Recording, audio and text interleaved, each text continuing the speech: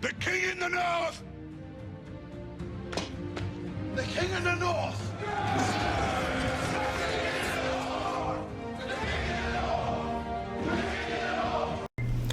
Yo, as always, like, share, subscribe. Now let's just get into it. So, with it being about mid-season for Michigan and Ohio State, I wanted to do a kind of a mid-season review for the game because this trash talk is it's just getting so ridiculous because both teams are just waiting on the game. So with us wanting to prove that we can do it again, them wanting to prove it was a fluke, everybody is using anything possible to trash talk the other team. Now, Ohio State, their fans, they like to talk about the way they blow teams out, who we've played, and the way they won.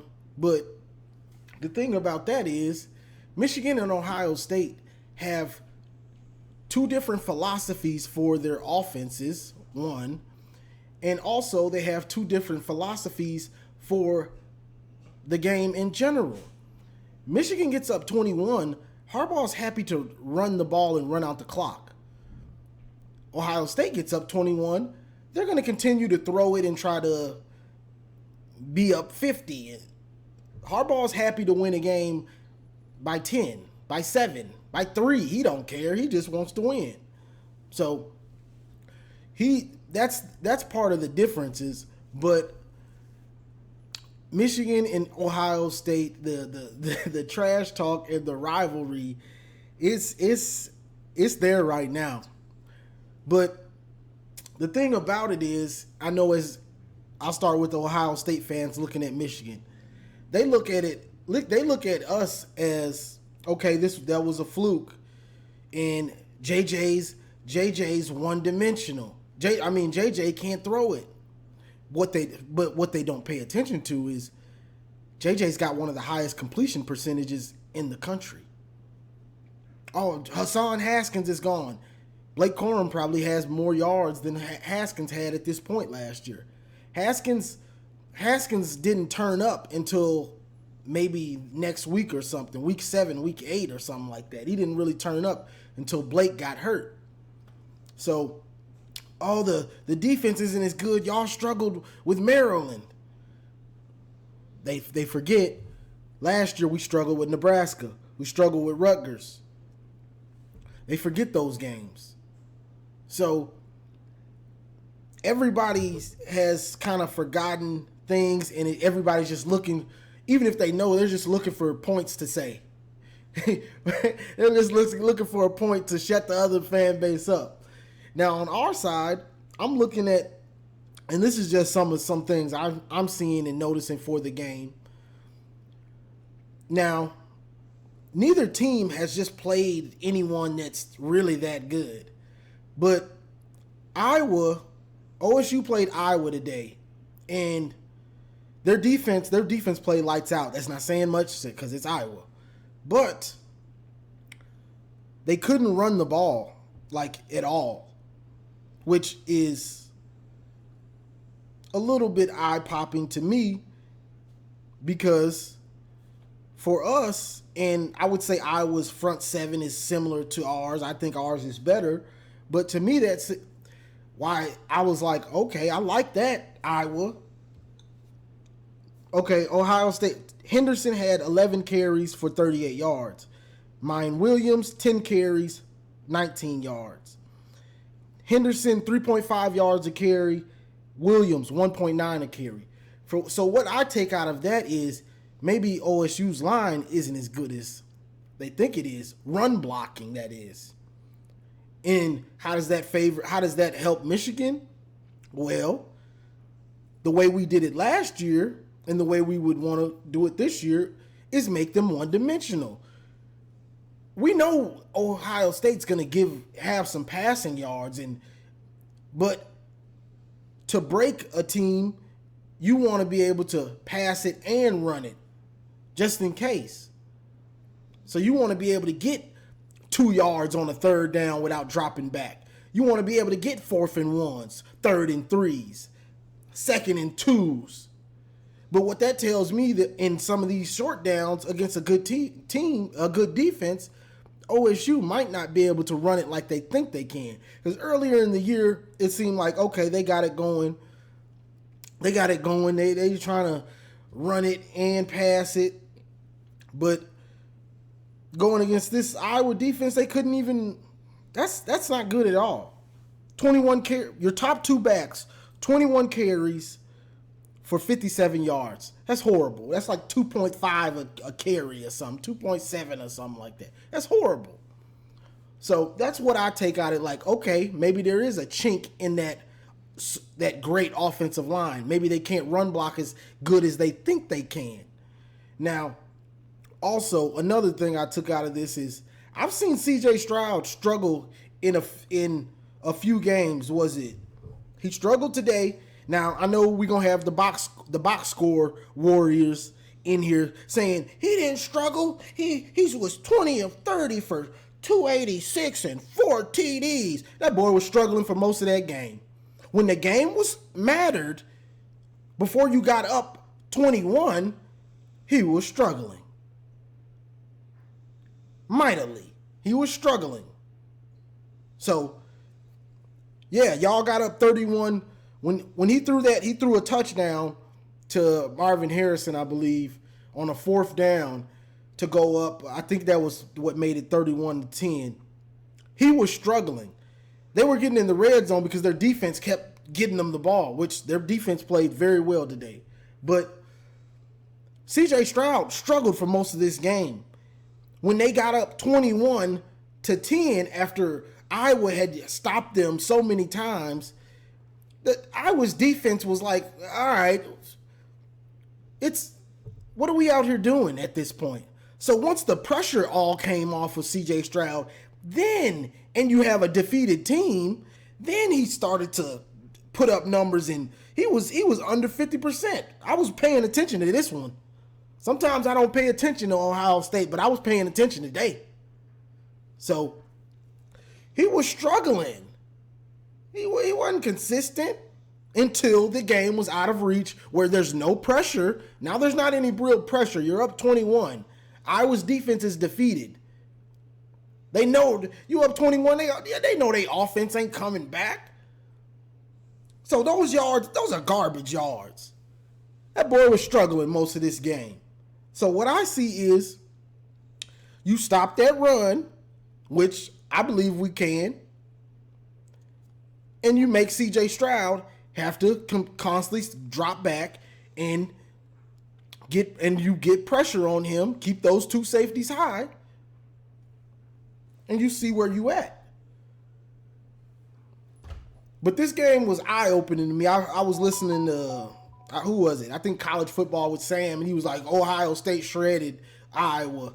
You got to look deeper than just that, because they didn't do no shredding until the game was over. I don't count those fluff yards. When you up 21, now you're gonna keep your quarterback in for the whole second half when you already up, so he can try to get the Heisman, pump up his numbers so they don't look so bad. I seen he wasn't that wasn't no Heisman guy out there. But Ohio State fans, they gonna hype it up like they didn't watch what was going on for most of the game. I had a fan somebody told me, Ohio State really didn't try to run the ball. Yeah, you did. You tried 21 times with your top 2 backs, 57 yards. You tried, you just didn't do it well. Let's see. C.J. Stroud, I wish I had his first half numbers. Not good, and some of his he didn't start to do something that looked really good. He made a few plays, but he was below average. He was looking average or below for most of this game until the pressure comes off. Okay, we're up a ton.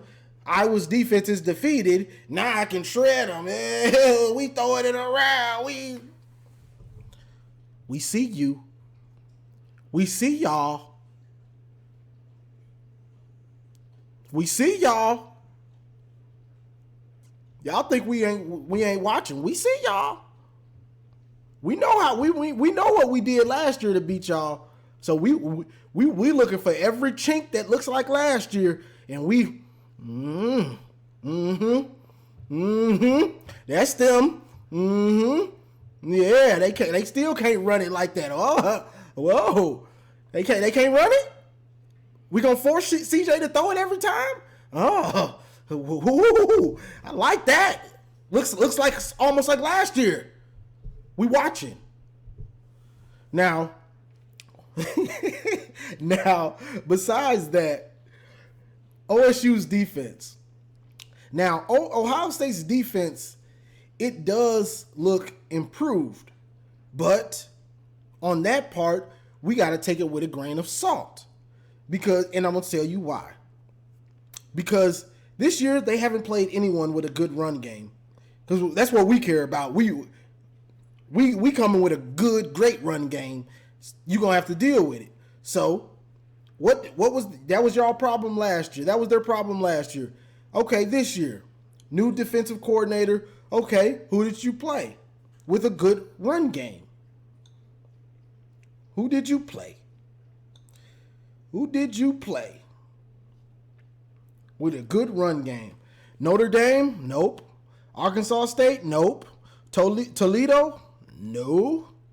Wisconsin this year? Not really, no. Rutgers? Michigan State? Iowa? So, we still waiting to see how good your run defense really is. You ain't played nobody with a great running game. So, even with the numbers they're putting up and they look improved, the difference is last year they played Oregon, who was a top 10 team for most of the year. I think they started off the year with Minnesota with Abraham, who was a stud until he got hurt in that game. But he was toting it like he was finna go for 200. And then y'all played us, and we toted it all over the field on y'all. So they haven't played anybody for us to. Oh, their run defense is really improved. It hasn't been proven because you ain't really played nobody like that. So that's that for the most part. But this is just how it's going. Michigan is watching Ohio State to see if they got some of the same chinks as last year. And Ohio State is watching us, trying to see if our defense is as good as last year. Which, it confuses me because our defense wasn't that great last year. We just had Aiden and Ojabo and like Josh Ross and Dax. We had certain players that were just star caliber. Aiden and Ojabo, they masked a lot of stuff. But as you see, and as I said in my videos before the season, we're going to have more sacks because we're going to have more guys getting pressure. And as you can see, I think we've matched our sack total. If not, if we haven't, we're right at it already. For the season last year, we've already almost matched how many sacks we had last year. So the pressure, we'll be able to get it, but we still have to see. And just like I said, Ohio State they won't see a running game like ours until they play us. And on the other end, we won't see a passing game like theirs until we play each other. So this is a real fire and ice, yin and yang type of deal with these two teams. Red, blue. So I'm just waiting and watching. I get on here. I get on these Michigan and Ohio State. I'm in a bunch of pages on Facebook. Talk my trash, but once I get tired of it, see you in November. So y'all can talk. You can say that was last year. We can say we beat y'all last year. We can say, oh, you barely beat Notre Dame. They can say, oh, you barely beat Maryland. See you in November. See you in November. Because you can put up all those numbers, 50, 60. We don't care. We don't care. Because you have to do it against Michigan. And I know y'all can say, just like we ran for 400 yards. Y'all sitting there with y'all new defensive coordinator. Y'all don't care, huh? Because you saying we can't do it against y'all. Y'all got a new defense. So we gonna meet up and we gonna find out. But I'm getting tired of waiting. I'm tired of y'all. I'm tired of hearing y'all. I'm ready for this game. So that's what I got on this one, y'all. We both watching and waiting to see the chinks in the armor. I know some Ohio State fans think it's just gonna be a blowout. Y'all might want to look at the teams that y'all have kind of struggled with. But we're gonna see. Don Brown is gone though. I want a lot of you OSU fans to understand Don Brown is gone. He's not at Michigan. What does that mean? That means you're not going to see man blitzes all the time and you're going to be able to run a crossing route and go 50 yards with it. You're not going to be able to get those long, deep 50-yard bombs because he decided not to have two safeties over the top. Don Brown is gone. So these games, they probably going to be closer. So that's what I got on this one, y'all. I just wanted to address the kind of the mid-season trash talk because it's getting crazy. It's getting crazy. I talk for a minute, but then I see you in November. We'll see y'all in November. That's what it's about. We gonna see. All this talking about y'all barely beat Iowa, you back and forth. Woo, we gonna see in November. We gonna see. It's gonna be epic. But both teams gotta do their job to make it as epic as we want it to be. At least we do. If y'all lose, hey, and y'all lose and we beat y'all again, hey, I don't care. But the build up on a national level, two undefeated teams, Michigan, Ohio State, for the King of the North.